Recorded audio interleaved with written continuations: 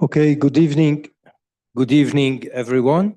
Thank you for being here. I'm very happy to welcome you tonight, the Institute for Public Policy and International Affairs.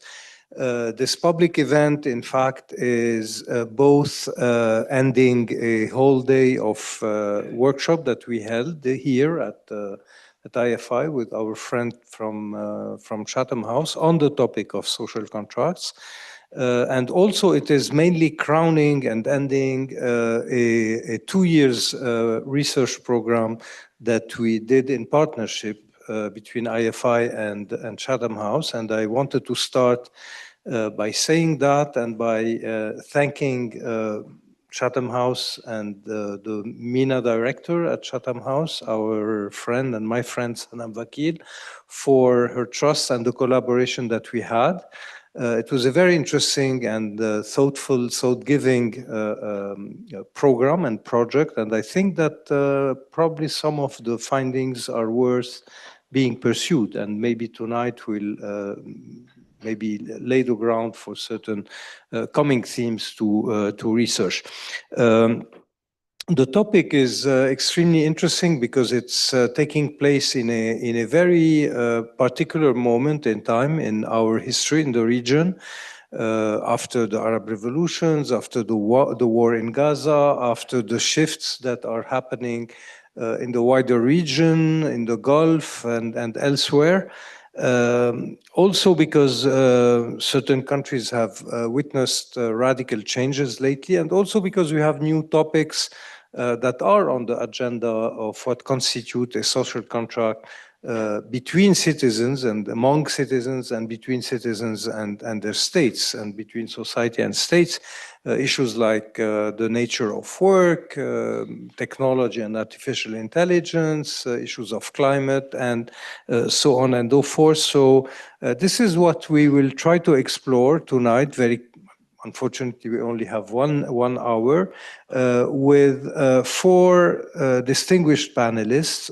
Three of them, Dr. Sanam Vakil and Haidar Shakiri and Badr Saif are coming from Chatham House. So Sanam Vakil is the director of the MENA program there. Haidar Shakiri is an Iraqi national working on the MENA, and Badr Saif is a professor also at the Kuwait University and an associate scholar at Chatham House. And the fourth interlocutor, the fourth speaker is representing IFI. So our colleague Yehia Tashjian, who is the coordinator for the cluster on international and regional affairs.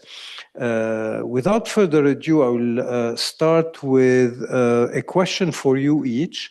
If you can try to answer it by saying what you have to say on the topic, but focusing on the question in 5 to 7 minutes maximum. Sanam, I will start with you.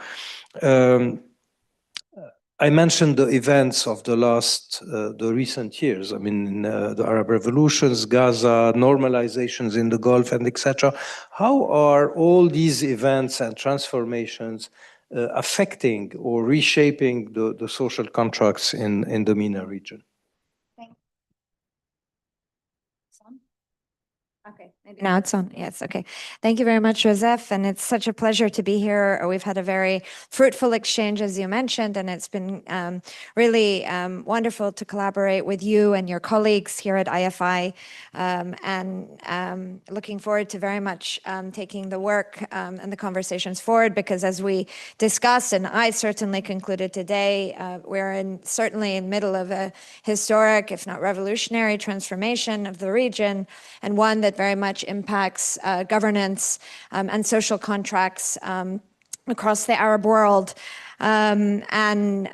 It's important that we very much engage and support processes that might be developing, but those processes certainly need to be much more inclusive than they are, and I can come back to that a bit later.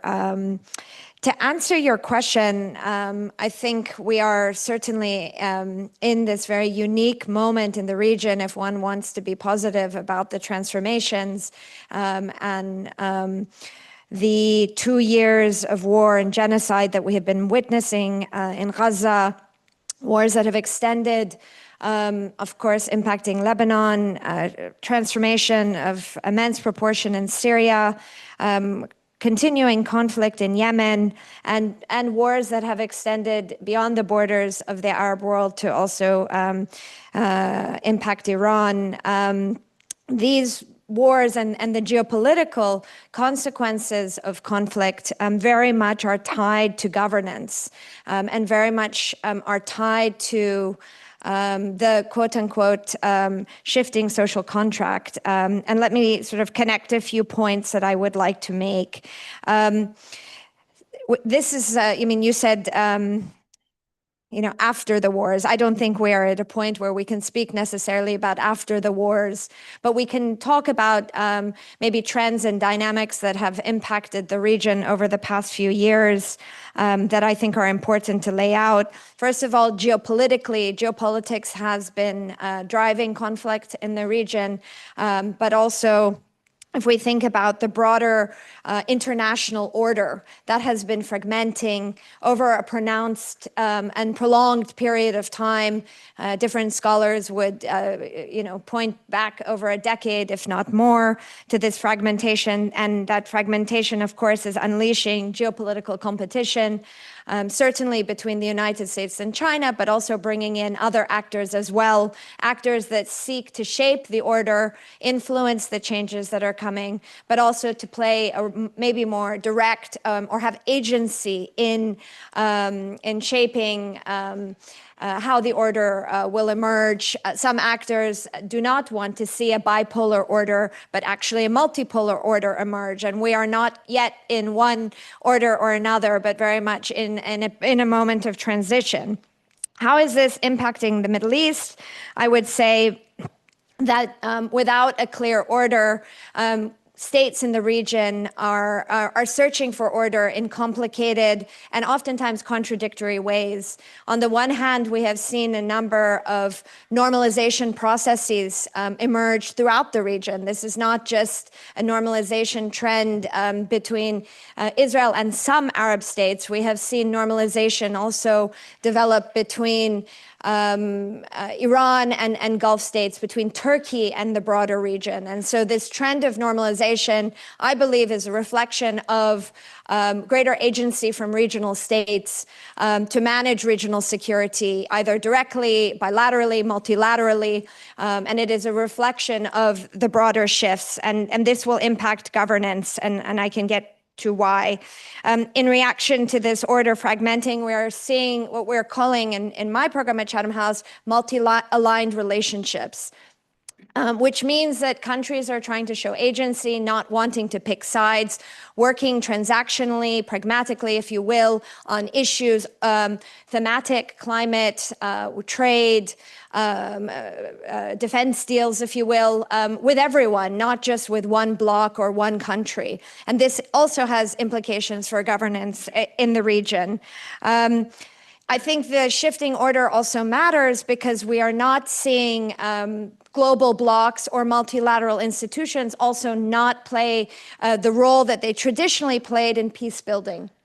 And this, of course, very much impacts the Middle East and North Africa, where of course, conflicts have been left to fester for far too long, and the festering of conflicts, the neglect or the thinking that you can sidestep conflicts has, of course, over the past 2 years, we have come to realize that you can't overlook the Palestinian issue. You cannot just leave the role of non-state actors across the region to be unaddressed. These all speak to deep-seated governance challenges across the Middle East and North Africa.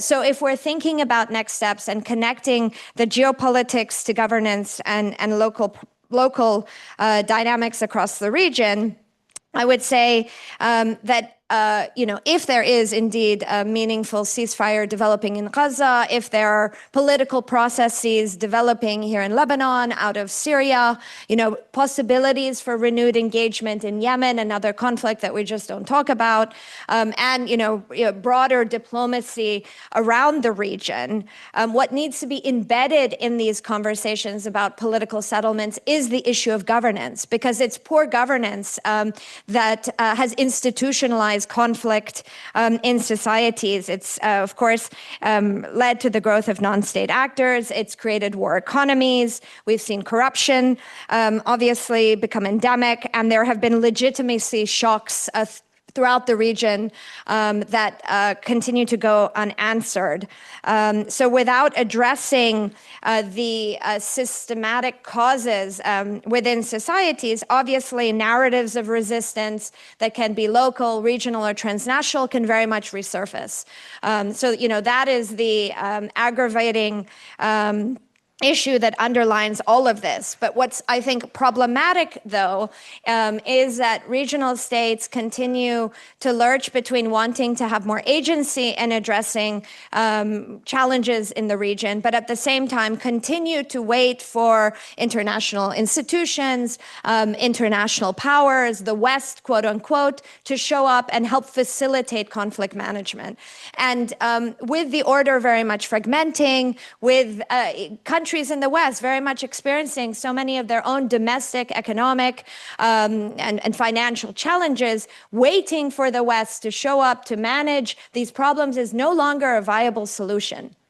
And in fact, I've been arguing this for quite some time, but I certainly think that it is high time for Middle Eastern countries to manage Middle Eastern issues. And if there was ever a moment for this agency, that agency is now. So, I sort of diagnosed the condition, tried to explain to you why we are where we are, but without greater regional agency from states across the region, but also from citizens across the region, we very much risk not solving the conflicts, not settling the wars, and not addressing the governance challenges that have, of course, exacerbated a lot of the social and political dynamics that extend across the region. So I'll stop there. Thank you, Sanam. I think you've laid out, the general framework for the discussion, and many of the points that you have raised will be the topic of the discussion with our other speakers. And to that point, Haidar, Sanam mentioned, for example, the case of countries that are still living in conflict situation, and conflict is, of course, by definition, contradictory with governance and statehood and etc. Be it, Syria just emerging from a conflict, Gaza being in the midst of the conflict, Yemen being in a conflict, Lebanon in limbo, etc.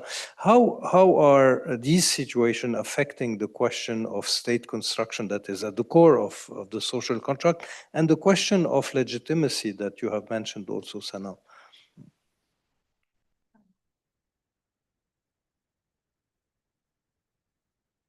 Thank you very much, Joseph, and thank you to IFI for hosting us here. I would like to talk about the other side of the story. So Sanam laid out the sort of the international aspect and the governance issue and the governance problem very, very closely. But I would like to talk about the other aspect and the story of the citizen sort of perspective and domestic pressures that are coming from below. So even though countries are in conflict and they are very much, we see live examples here in the Middle East and North Africa, there are a lot of concerns and demands for citizens in these countries that still needs to be addressed. Citizens are living their daily lives. They need economic prospects. They need social equality. They need accountability. And without answering those questions, people will not survive. People will explode at different times, and we've seen this throughout, from the Arab Spring across to 2019 protests across the region. In Iraq, for example, at the midst of the war against ISIS in 2015, huge protests emerged in central Iraq and in southern Iraq against the government, demanding for reforms, demanding for accountability, even though the country was very much at war. And now this region is very young. So more than 50% of 55% of the population in the MENA region are under the age of 30. In some countries like Iraq, 70% are under the age of 25. So these are young people who have no experience of the grievances of the generations before. So legitimacy for them is no longer defined by ideology alone or stability that some of these governments are providing, if there are stable governments in some instances. But many young people are reaching out and talking again about governance. They're talking again about justice. They're talking again about services. And now the social contract is being renegotiated again. And we're seeing now today in Morocco and Tunisia, there are Gen Z protests that are impacted by and affected by the global Gen Z protests that are happening across the world. And the technology gave people ways. So we saw that in the Arab Spring when social media gave people ways to organize. Now we see a new wave of technology where AI, Discord, and other techniques that I'm becoming too older to understand are empowering young people to mobilize and talk to each other and even work without leadership. They are just sharing the idea of a grievance, and then they're taken on the street. And rather than reform, sometimes governments do selective development. So they focus on specific projects that might give quick results, but they don't really answer the main grievances. And we were talking today, but also in the past 2 years, about these selective reforms and how many governments have chosen to address quick solutions. But until now, the grievances of the people who went out to the streets in 2011 have not been answered in many of these countries. So what are these grievances? Many of them are economic, and from unemployment, inflation, unequal development in many parts of those countries. This have fueled quiet erosion of trust, and we go back to the question of legitimacy here, because this legitimacy that the governments have developed throughout are being eroded slowly. And citizens are losing faith even in the promises of development so far. And we're seeing this across the countries. And even talking about Lebanon, we're here now. When we hear the term reform in Lebanon, many people are laughing. They're not taking it seriously. And then on the geopolitical aspect internationally, I think it's the same issue. Young people are frustrated by their government's responses to what's happening around them, so to the genocide in Gaza, to the global dynamics, to the way they're dealing with countries like Iran, but also they're very much frustrated with the international order itself. So for many, sometimes they used to look at the international order as a way to safeguard their human rights, their international institutions, but that is no longer the case after seeing what's happening in Gaza and after seeing the world shifting around them. So all of these are shaping the regional governance that we're seeing today. And this domestic pressure will determine the sort of sustainability of what sort of governance system that we will see in the future. So Sanam talked about how things are being shaped up now, and how Arab region should work for the Arab world, but also societies should also be included in that conversation, and Sana mentioned that as well. So can governments adapt fast enough to really be part of this system, meet social expectations, for accountability, for what citizens are asking for, what young people, Gen Z now in Morocco, are asking for? They have to, and otherwise they are facing some sort of a time bomb that is being developed slowly, because many of these people will not wait for much longer to get their rights, to get their governance, to get their services. And my other point is also societies as well. They're not just sitting idly. They are also trying to develop new techniques. So society initiatives starting to take forms of governance initiatives. And in many countries, we're seeing this. In Sudan right now, we're seeing many initiatives emerging from society, replacing the sort of systemic loss of services that the government is not providing. We're seeing a lot of social initiatives that are asking for climate action in many of these countries.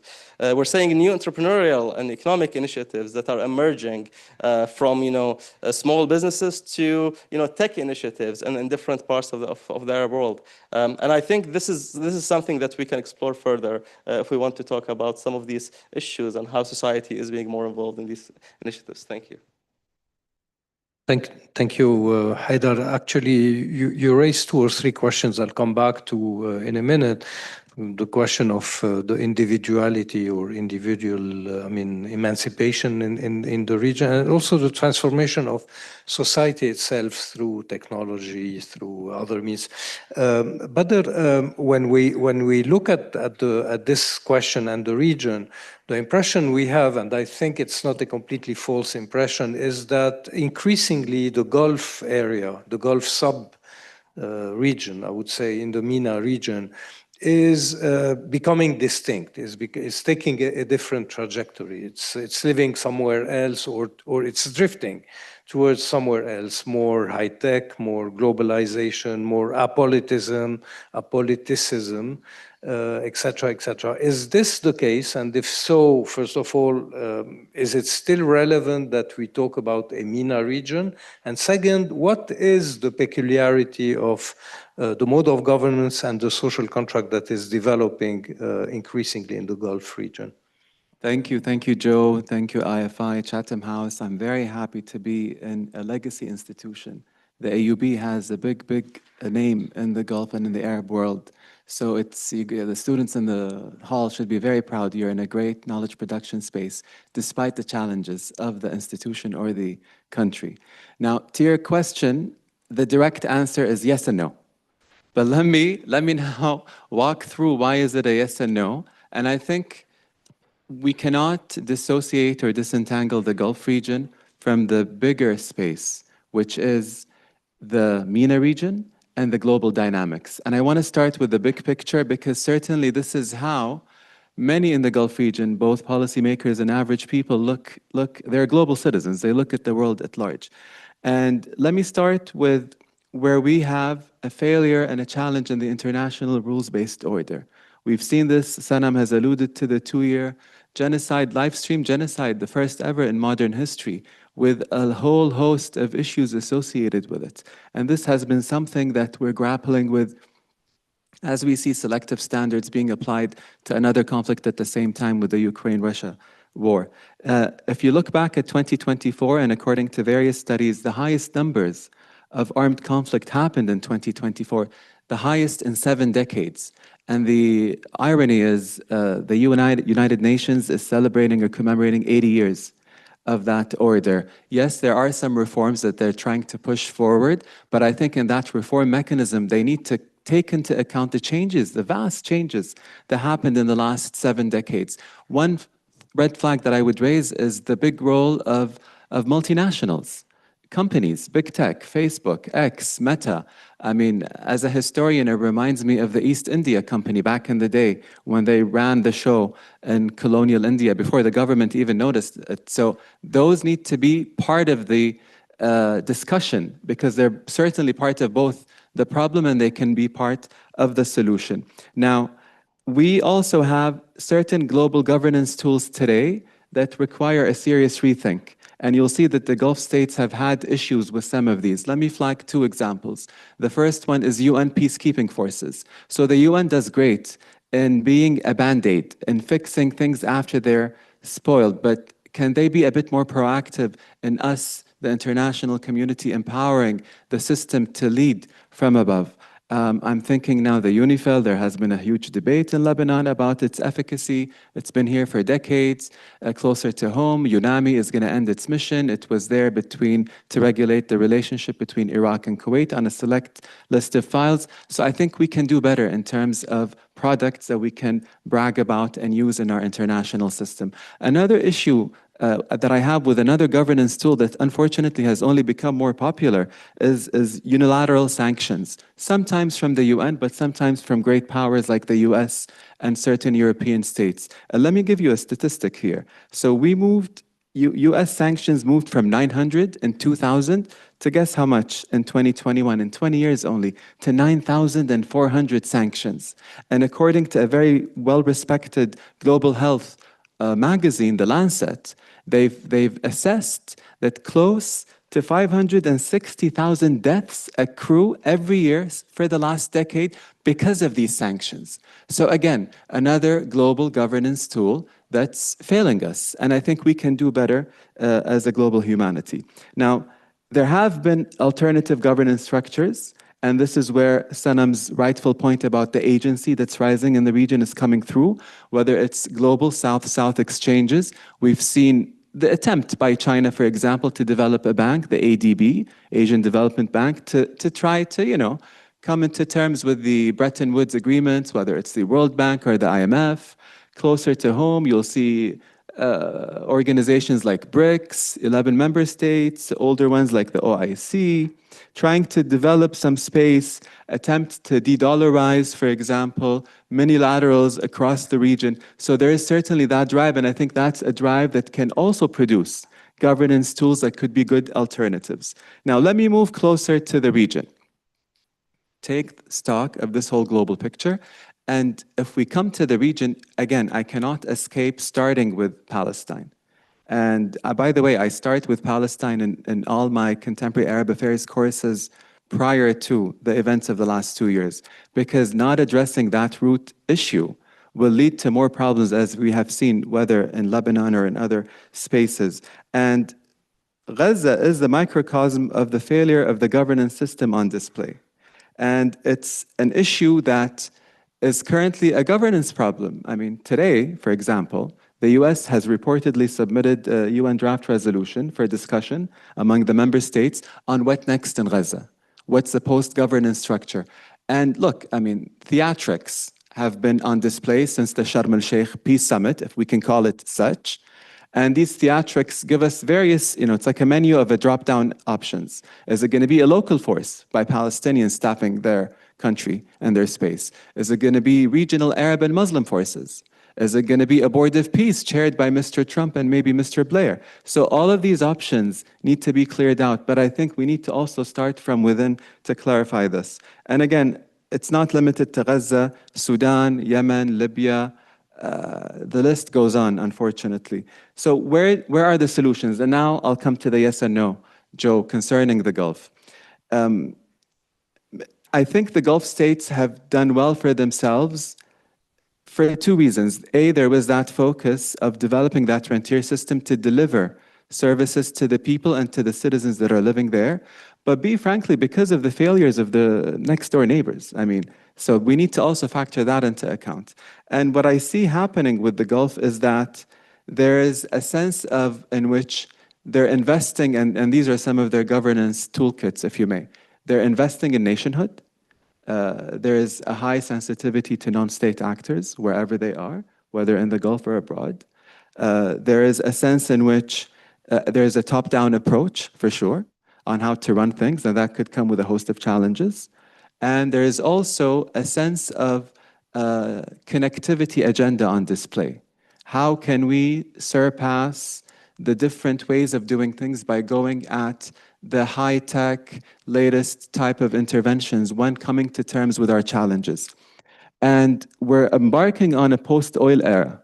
So even that governance model that was on display is going to be coming under strain. We're already seeing it under strain in some of the Gulf states.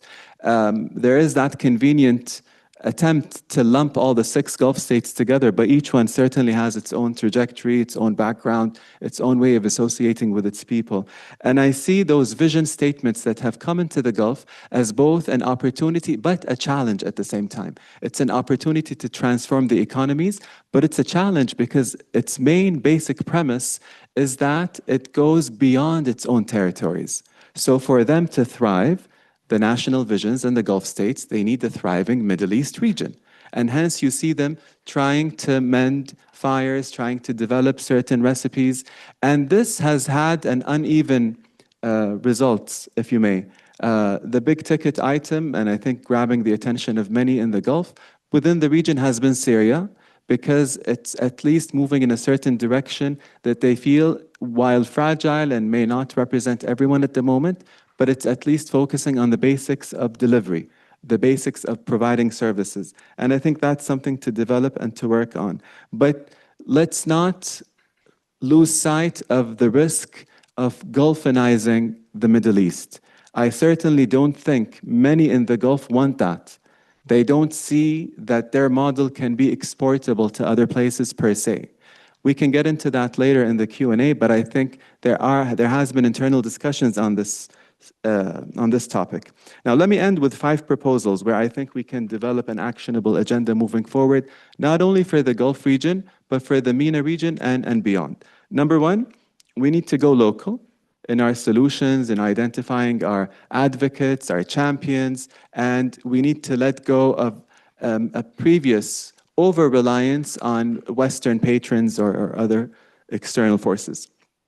Number 2, and this is very important, it's a question of identity, to understand who we are. Sometimes we're running so quick that our own identity is shifting in the process and we lose sight of who we are. And not having that knowledge prior of ourselves will make us lose interest, divert to other projects, so that consistency needs to be there. Number 3, I think we need to work further, and I want to start on that myself. It's been a reflective point for me, to employ the arts, to employ visuals, to employ cartoons, to employ memes. I think that language sells. That language is embodied from an earlier generation, and I think others will pick up along the line to use them as tools for change. 4th, let's celebrate small wins. There is a lot of self-flagellation. We've come out from a long day workshop where pessimism was high, rightly so. But I think there are also small wins that we can magnify and develop. And finally, we need to rethink and redefine our good practices. What's a good practice in 2020 may not be a good practice in 2025. And what does that say about the common good as we formulate it together? Thank you. Thanks, Badr. This is quite out of the box thinking, and it gives us a lot of thought. But by the way, you anticipated one of the questions I wanted to raise in the second round that has to do with identity, because actually during this whole day we haven't talked about identity. We only talked about economics and political economy, and so we'll get back to that. But before, Yahya, most of the speakers have mentioned here and there the importance of the international system, the international constraint. Today, in a period where we have a new shade of global order and a renewed global powers competition in the region and outside the region, how is this impacting or reshaping the nature of social contracts, or impeding or constraining the social construct, the social contract reflection in the MENA region? How is it constraining? Thank you, Joe. Thank you also for our colleagues from the Chatham House. Sanam already hinted what I was going to say, so I will maybe add 3 points how geopolitics is being intervened with the governance system. First, the first point that I want to mention is how great power competition is also reconfiguring to some extent the incentive of the local actors. We all agreed that today the international system is no more unipolar. We are heading towards a multipolar anarchy, I would say, not just in the Middle East, but also in the surrounding neighborhood. However, still the US is the main actor in the region. It has a military basis, it has economic and political investments. However, also the mixed signals that are coming from the US are pushing the regional actors to see different alignments. I mean, we saw, for example, the bombing of Qatar would maybe in the future would trigger or encourage some regional and local actors also to diversify their security relations. I mean, recently there was the security agreement between Pakistan and Saudi Arabia. Also, a few days ago, there was between Bahrain and Cyprus. And also always the US investments and relations are conditional to some extent. In the meantime, we have China, as Badr mentioned. China is a rising power, especially in the Persian Gulf, but also in North Africa and Iraq. And China's investments, mainly when it comes to infrastructure and within the context of Belt and Road Initiative, are not conditional, at least politically not conditional. Then we have also India. I mean, a few days ago, I was in Mumbai. I saw that a lot of there was high delegation by Arab states, especially from North Africa and the GCC states. They were eager to attract Indian investments in their port for logistic reasons. And also, let's not forget the IMEC, because I always like to mention the corridors, the India, Middle East, Europe corridor, where some Arab countries are aiming to invest in it. And this is also, I would say that it is the economic wing of the normalization process between some Arab countries and also Israel. We also have Pakistan and other countries. So basically, this multipolarity is also providing to some extent external options for local actors to pursue regime survival and also security bargains. But unfortunately, this is all happening at the expense of the Western conditionality on human rights reform and development. The second point, of course, is this new trend of regionalism and the regional dynamics. I mean, except Israel, the two main actors that engage in regional relations with the local actors were Turkey and Iran. Iran's influence have been to some extent contained after the recent wars. Turkey is still active, but Turkey is no more that model as some Arab countries used to pursue or perceive during the beginning of the Arab Spring. However, the GCC still, to some extent, is is a model to some countries. However, here there is also issue that security and economic stabilization is becoming priority again and also like elite bargaining when it comes to or at the expense of again human rights development. So basically these relations between the regional actors and also the local ruler actors is to some extent encouraging, I would say, authoritative resilience, because some local actors are taking advantage of these economic deals in order to consolidate domestic power and also maybe to oppress the opposition or some local actors. And finally, the third point is actually this conflict, post-conflict reconstruction governance map. I mean, the whole region except the Gulf region is boiling, whether in conflict or partial conflict, from Syria, Lebanon, Yemen, and also, let's not forget, I mean, the Arab countries in Africa, in Sudan and Somal.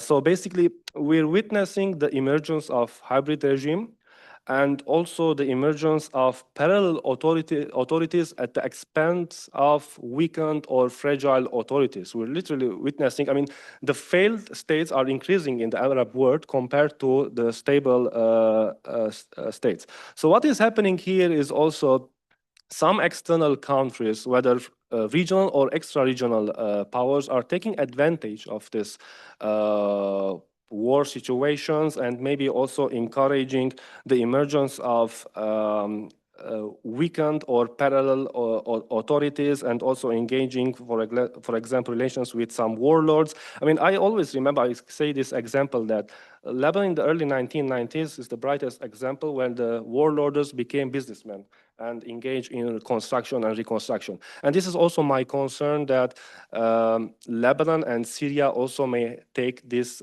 unfortunate path. So basically also here external actors also are taking control of the funding and the security, and also how, for example, services are being delivered in these countries are dependent on the patronage relations between the external actors and local actors. Sorry, thank you, Yahya. Are there questions now in the room? If not, I have one, but I would prefer to give the priority to the audience. Is there a question in the room? Okay, if not, so maybe I can jump to my question on identity and have the same question for you all. I mean, within the social contract, at least philosophically, if we get back to the theories of social contract, there is the question of course, goods delivery by the state, protection, but also the building of an identity, and this brings us to the motto that you told us about in Iraq, "Nahnu Ummah," or something like that. I mean, in the social contract, let's say, construction, you have something that has to do with state building, that is governance, and something that has to do with nation building, which is more identity-led, etc. Should we today understand that we are in fact forgetting about the second aspect, meaning the identity nation building thing, and only focusing on a sort of technocratic governance that is purely state administrative Weberian construction without any sense of identity, which raises, of course, a series of challenges? Would you like to start, Haidar? You took the mic, so please go ahead. Yeah, sure. That's a very good question. And I think in Iraq, academics in Iraq are already discussing this, the concept of al-Ummah al-Iraqiyya, or the Iraqi nation, and how, what does that mean? What does that tell us? Especially after 2003, many Iraqis have been very much went to their own bubbles, Sunni, Shia, Kurds, and then, you know, the ethno-sectarian system emerged, the Muhassas system emerged, which is very similar to what we have here in Lebanon. And that really isolated these societal concepts. But after, you know, the protest movements, and with each protest movements, the sort of identity acknowledgement evolved. So at the beginning, people were asking for services, they were asking for basic things, but then slowly that evolved into, you know, asking for the end of the Muhassas system, asking for the change of the system towards, you know, a whole Iraqi national identity.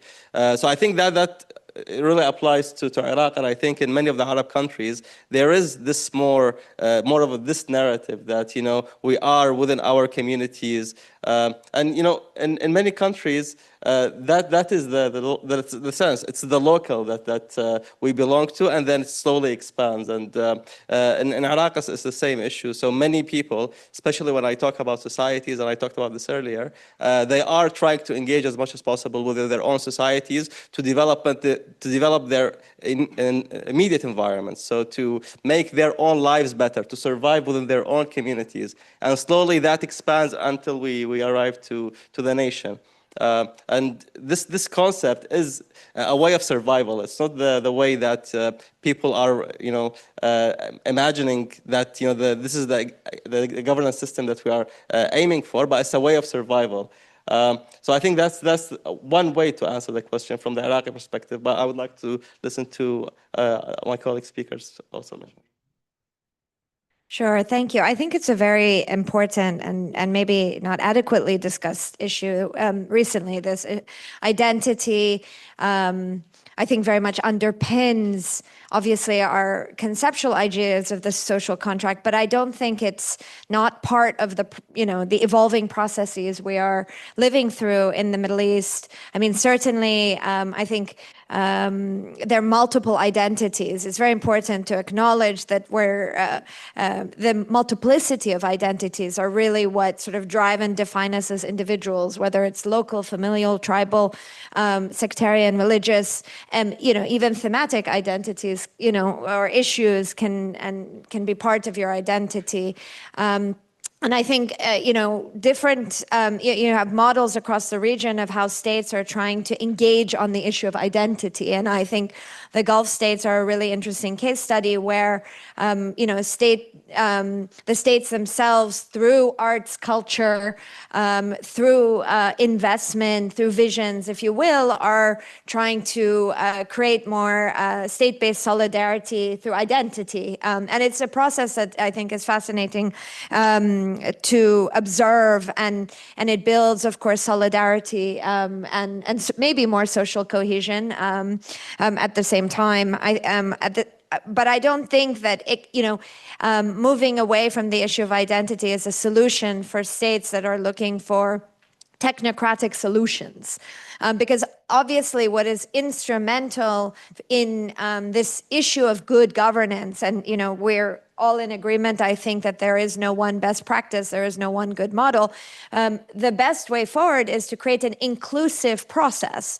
And that requires the state to engage with multiple identities and to bring as many people into the project of state building or social contract reform. And too often, I think, across the Middle East and North Africa, reform processes tend to be more exclusive rather than inclusive. And so really what I believe is necessary is to move away from that exclusivity and find mechanisms to bring the marginalized communities, non-state actors into those processes, because when you're trying to create stable political settlements, they can't just be driven by the elite. You have to have buy-in from below, and that requires more buy-in, not less buy-in. When you leave people out of that process, that's, of course, how conflict can become a circular process. So, it's a bit of a theoretical approach to the issue of identity, but, bringing everyone in at all layers and levels, age groups, demographics, is, I think, the way we should move forward. Yeria, would you weigh in?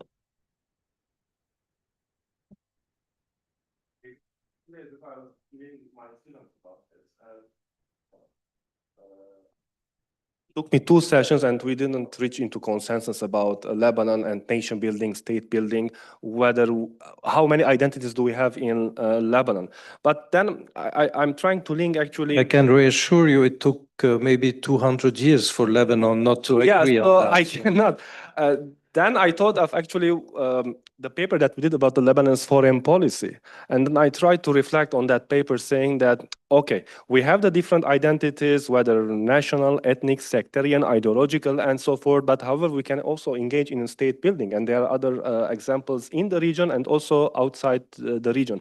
I believe that maybe shortly saying that nation building and state building are not mutually exclusive. They can go forward together. Okay, Badr, and then I have a question on the Gulf. Okay, well, thank you for taking the bait on the identity issue, because I fully believe in it. Look, I raise this issue because we're living in such an interconnected world today. So the question is not whether there is diversity or not within our own multi-layered identities. And I'm like, quick example, within the Gulf itself, you have over 200 nationalities living in that space with different ethnicities, religions, backgrounds, experiences, inclinations to life. And I think where we need to work closer together is how can we manage that diversity to produce best results for everyone involved. And that's where inclusivity comes into game, and that's where you then try to funnel that energy to deliver the services that you need. So it's not a zero sum, it's not non-exclusive. I think it connects with one another. Having that premise where everyone departs from a common area can then lead us to move forward to better solutions. And I think, look, the region has been picking up on that even across the board when it comes to geopolitical issues. More and more, I'm now listening and hearing the invitations, from the Gulf towards Iran and Turkey and other places to build an indigenous security architecture. And in the past, many would claim, and some still do, that it's tactical, that they're not genuine. But I think there is some genuineness in it at this stage, because they saw that if one is hit, everyone is damaged. So I think that gives us an impetus to even move forward on that file. Okay, it has to do with the question on the Gulf that I wanted to raise to you. Also, we tend to think that there is one Gulf, that the Gulf is one model, whereby, in fact, actually, even at least in size, in terms of size and state-society relations, it's not the same. So we have many Gulfs, and this has to do with identity. And then I would like to link this aspect. Maybe it's difficult to do it, but you mentioned that the Gulf is not seeking to export a model. First of all, is there a Gulf model, one Gulf model? And then what is the, let's say, the power projection of the Gulf states if they don't seek to, let's say, quote unquote, export the model? How will they assert their influence in the region, in the wider MENA region? So certainly there are many Gulfs, and even within each Gulf state, there are many voices and many interest groups that try to manage matters forward. The Gulf has seen itself become de facto the leader of the region. at times without them even pursuing that. So that we sometimes forget this. And within the Gulf, there is a spectrum of readiness to take on that leadership role. And if I were to be more specific, the spectrum for willingness to lead, if you go at the top, we can see the UAE, followed probably by Saudi and Qatar, and then the others are lower in that spectrum. So that's where you get to see different willingnesses, if you may, to develop a model and to export it further. I encourage the different policymakers when they come together or reflect on it, and there is a Gulf Cooperation Council as an entity that houses these 6 countries.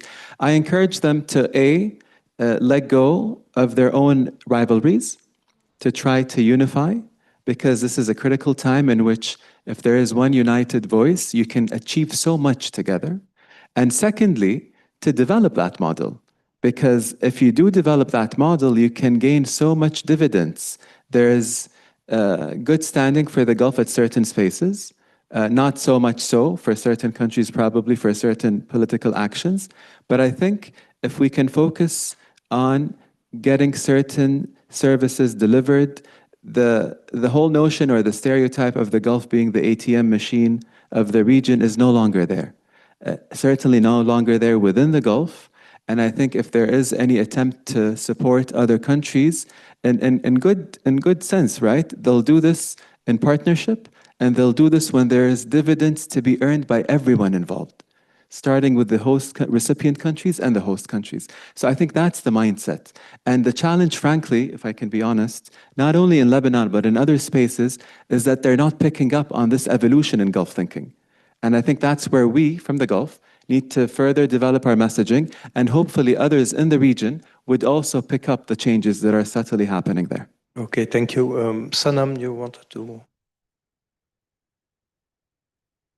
Briefly, to build on Badr's comments, I would say this sort of view is very much, in my view, coming from the West, or particularly the United States, that is looking for its allies and partners in the region to quote-unquote burden share, and sees in the Gulf, and specifically the 3 countries mentioned, sometimes called as the G3 now, Saudi Arabia, the UAE, and Qatar, to share that burden in managing conflict, investment, providing, quote-unquote reconstruction.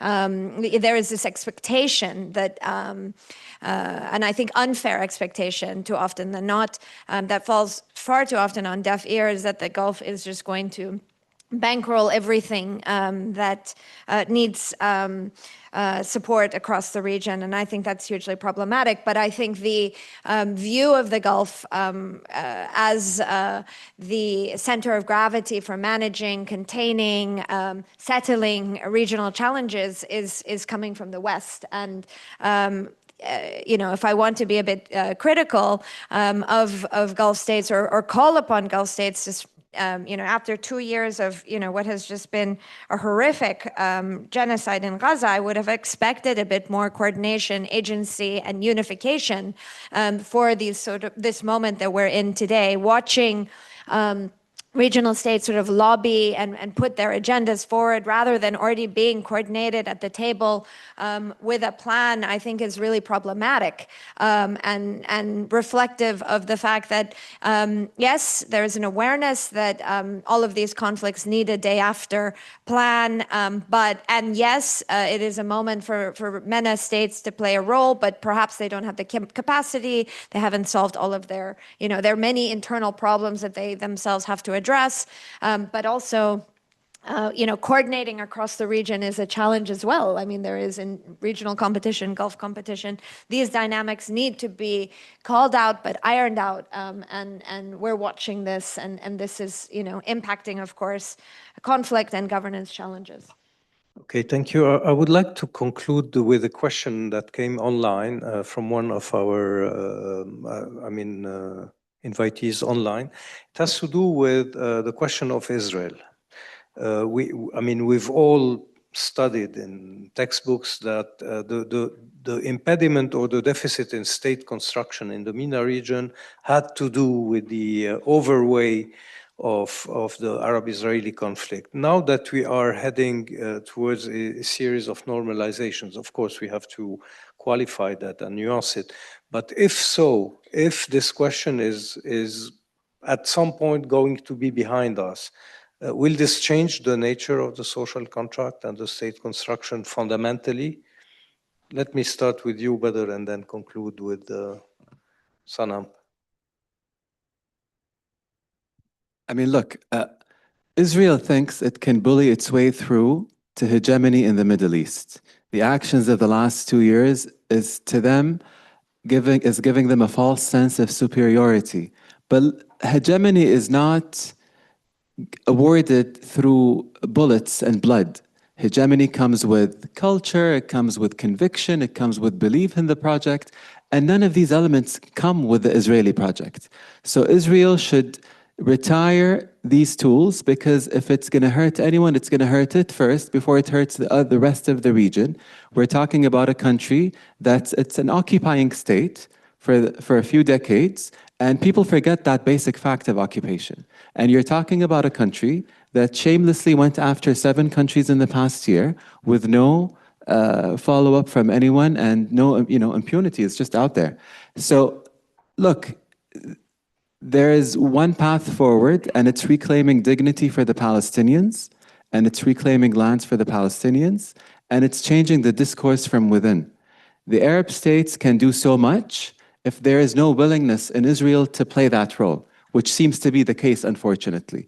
Now, the past year has seen a series of meetings led by Saudi Arabia from the Gulf and the European Union and Norway in what's called the Global Coalition for the implementation of the two-state solution.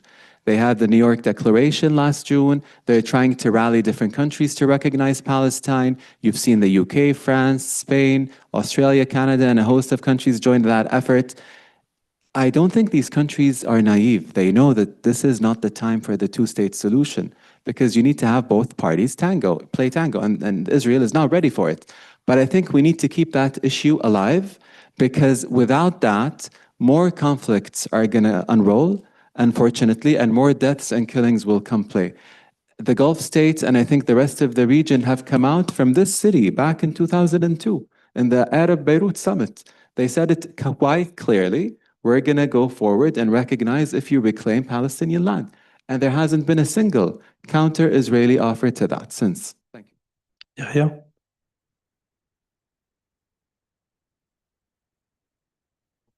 Badr said, maybe also want to add here that the issue of the normalization is also perceived as existential issue for some state and also non-state actors. I mean, we're now having this debate in Lebanon, direct or indirect talks with Israel. What will be the impact on the political situation? So this is something also maybe to take into consideration when it comes to so-called normalization in the future. Haidar? Yeah, very good question. I think it's at the essence of the Arab world, and many governments will not even agree to this. I think unless they're forced to. And Iraq is one of them. They don't even recognize Israel as a state. So, and when it comes to societies, I think there is a consensus amongst the Arab region that most societies are very much pro-Palestine, and they would not accept anything at the status quo that we have right now. But in addition to that, we have also our eastern neighbor, Iran, which is a big actor in this game, and they have influence over many of these countries, including Iraq. And I'm not going to talk much about Iran. I think Sanam can. Okay, Sanam, it's a good transition for you to conclude, because we'll talk about Iran. Okay. Gosh, there's a lot to say, and I would like to pick up on your provocation. But first of all, I will say that, the logic of normalization, which is where economic engagement can underpin stability across the region, still exists, surprisingly or unsurprisingly, despite October 7th, the genocide, the 2 years of war. Normalization throughout the region is still seen as the best mechanism to, maybe start through government initiatives, development roads, corridors. This is happening in tandem to the conflicts that are still evolving and certainly not getting resolved. So I think we do have to think about what normalization, should it be achieved? And I'm skeptical, like everyone else on the panel, that it will be a quick process. What would it result in? I mean, I imagine, let's say we can think of a world where deconfliction and addressing the two, big eyes in the region, the two big bullies of the Middle East, Israel and Iran, is accomplished, job done. Imagine that. Well, obviously, the securitized regional approach wouldn't be necessary. States would not need to be buying F-35s, investing in new defense technology. Maybe there would be less of a logic for nuclear programs and so many other things. And that would open up their budgets, where defense is not the biggest expenditure on their balance sheets, but rather education could finally receive what it is due, right? So that, I think, would be where we want to go. I think that's where academics and practitioners have always been trying to push the region, but it's very naive and lofty to think we're going to get there quite quickly.